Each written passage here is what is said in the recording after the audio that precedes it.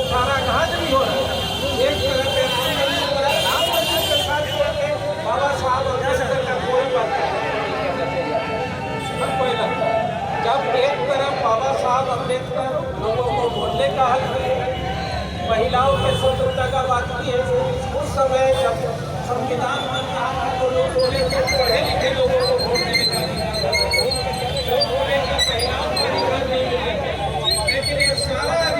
बाबा साहब के द्वारा है।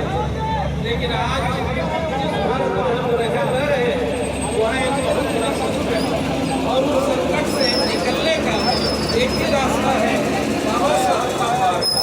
और उस बाबा साहब का मार्ग क्या है, कैसे बचेगा? संविधान बचाओ, देश यही हमारा कार्यक्रम है। और भारत ज्ञान विज्ञान समिति पूरे देश के तमाम संगठनों जो संविधान बचाने का बात करता है, जो बाबा साहब के बारे में बात करता है, पिछले 5 वर्षों से हम लगातार जब संविधान पर अटैक शुरू किया तो पूरे देश में हमको लगता है कि आज हमें खास करके धनबाद ऐसे जगह में, जिस धनबाद में PCCL राष्ट्रीयकृत जब हुआ था तो 2,48,000 लोग काम करते थे। आज मात्र 12,000 लोग PCCL में काम करते हैं और बाकी असंगठित मजदूर में काम करते हैं। और असंगठित मजदूर कौन है? शोषित, गरीब और वंचित। तो हमें सारी चीज़ों को समझना होगा और आगे वाले लड़ाई में आगे बढ़ना होगा।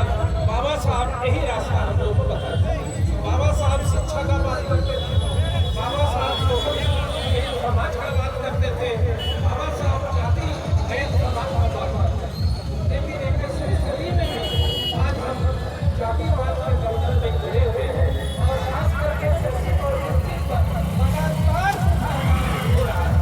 इस मुश्किलात से बाहर निकलने का एक ही रास्ता है, बाबा साहब अम्बेडकर का जो संविधान है उस संविधान को लेकर के गांव-गांव में जाना और उसका चर्चा करना। हम बहुत शुक्रगुजार हैं वकील साहब और आपके तमाम लोगों को, मधेश्वर जी का, कि जब भी मौका आता है तो 2 शब्द आपके साथ मिल करके बोलने का मौका मिलता है। लेकिन सिर्फ बोलना नहीं, हम चाहते हैं कि हम लोग साथ चलें और एक बड़ा संघर्ष है, उस संघर्ष में हम साथ रहें। हम विज्ञान का काम करते हैं, सबसे ज़्यादा देश में अंधविश्वास फैलाया जा रहा है। उस अंधविश्वास के विरोध में लड़ाई बाबा साहब विज्ञान का बात करते थे, बाबा साहब कैसे जागरूकता का बात करते थे, बाबा साहब चेतना का बात करते थे। वो सारे काम में फिर से करना होगा। लेकिन ये सरकार ऐसा नहीं चाहती। ये केंद्रीय सरकार पूरा जातिवाद और उस बैकग्राउंड में काम को आगे बढ़ाना चाहती है जैसा श्री बालन जी कर रहे थे। तो लड़ाई जारी है, आज़ादी के पहले भी था, अभी भी था, लेकिन अभी ज़्यादा लड़ाई है क्योंकि जो शोषित समाज है उस पर सबसे ज़्यादा अटैक है, महिलाओं पर ज़्यादा अटैक है। तो इस समय बहुत बड़ा लड़ाई है। हम अपने बात को यहीं पर बाबा साहब अम्बेडकर को श्रद्धांजलि अर्पित करते हुए और यह प्रतिज्ञा करते हुए कि जब तक जिंदा रहेंगे संविधान के तहत काम करेंगे, संविधान को बचाएंगे, संविधान के लिए संघर्ष करेंगे।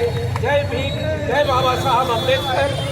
देश बचाओ, संविधान बचाओ, भारत जिंदाबाद।